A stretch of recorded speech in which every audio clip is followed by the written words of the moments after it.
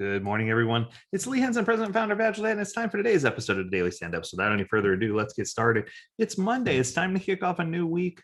Things are rocking and rolling. Things are going good. And how timely can one person be? So I just saw a post that was recently published by Mike Cohn talking about the level of detail to be captured in a user story. What's so ironic is that I have two different coaching engagements where my coaches have been working. And this question or topic has come up in both of those engagements in the last 7 days. Just really, really incredible.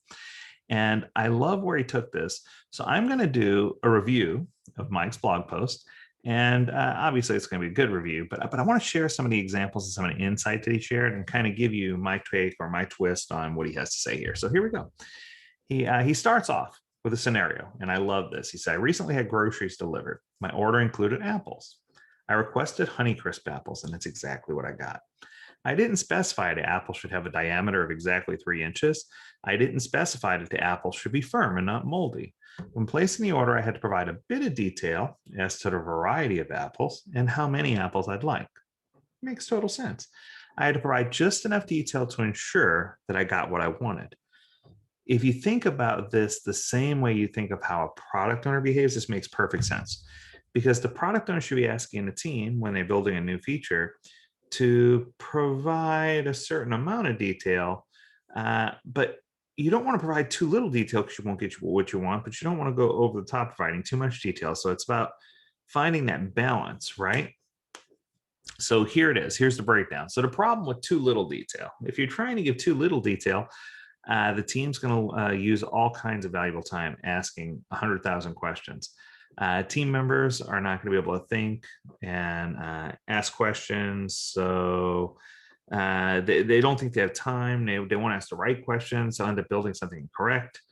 Estimates are definitely likely to be wrong as they're based on a partial understanding of what they need to do. And commitments to stakeholders or customers based on those estimates also will be wrong.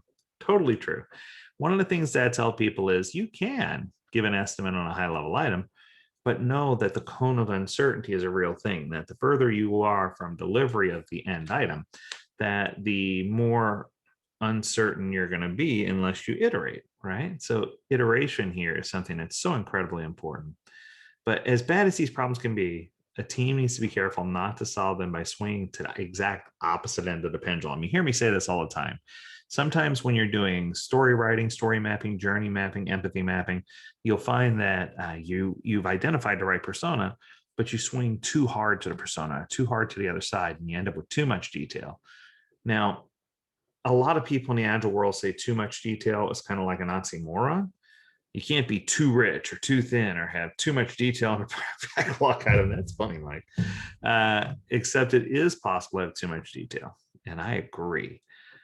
When excessive details are included, the time spent adding unnecessary detail is wasted. The money paid to the person adding the details wasted.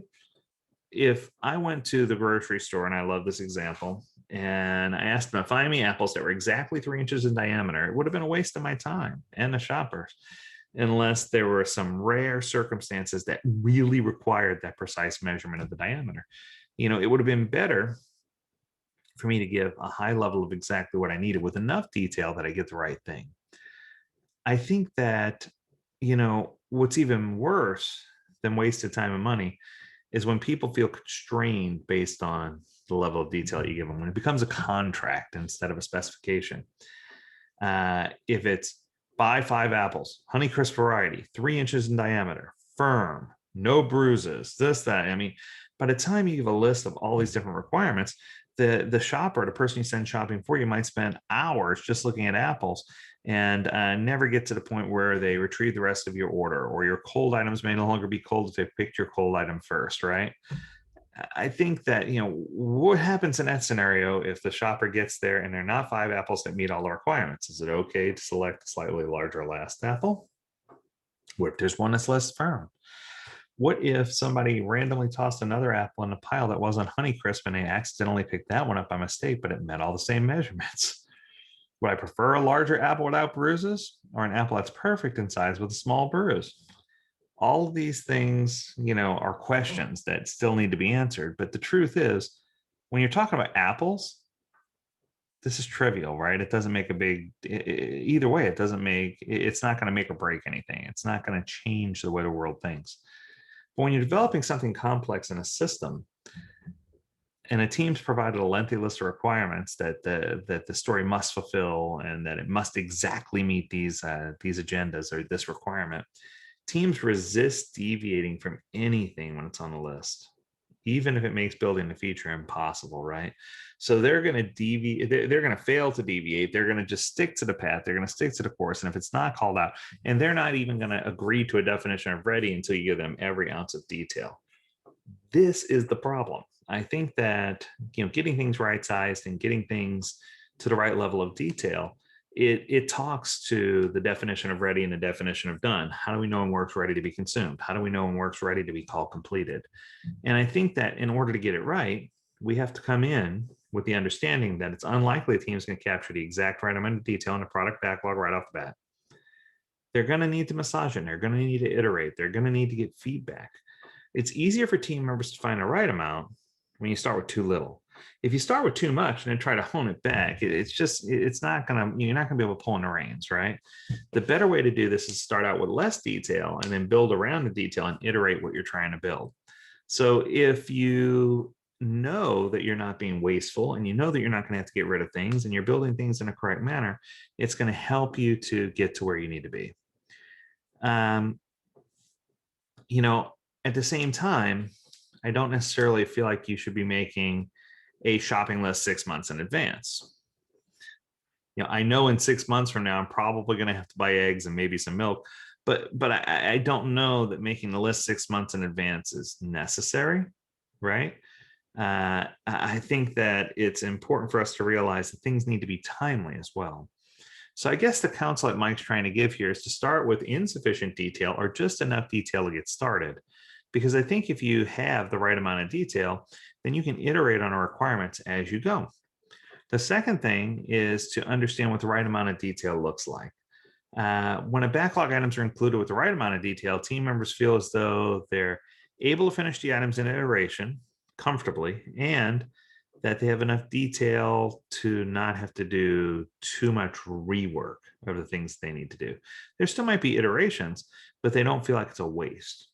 So try a fun example. Here we go. To see how much detail should be included, let's just pretend for a moment that a team's building a new application and they're working on a user story that says members are allowed to log into the system. Various acceptance criteria exist, otherwise known as conditions or satisfaction. And these include must provide a unique email address, must specify a strong password, and has the ability to log in using their Facebook account. Consider the requirement to provide a strong password. Very little detail is provided in that statement other than strong password. How long should a password be? Does it need to include special characters? Which special characters are acceptable? How many are required? Can a user change their password to a previously used password?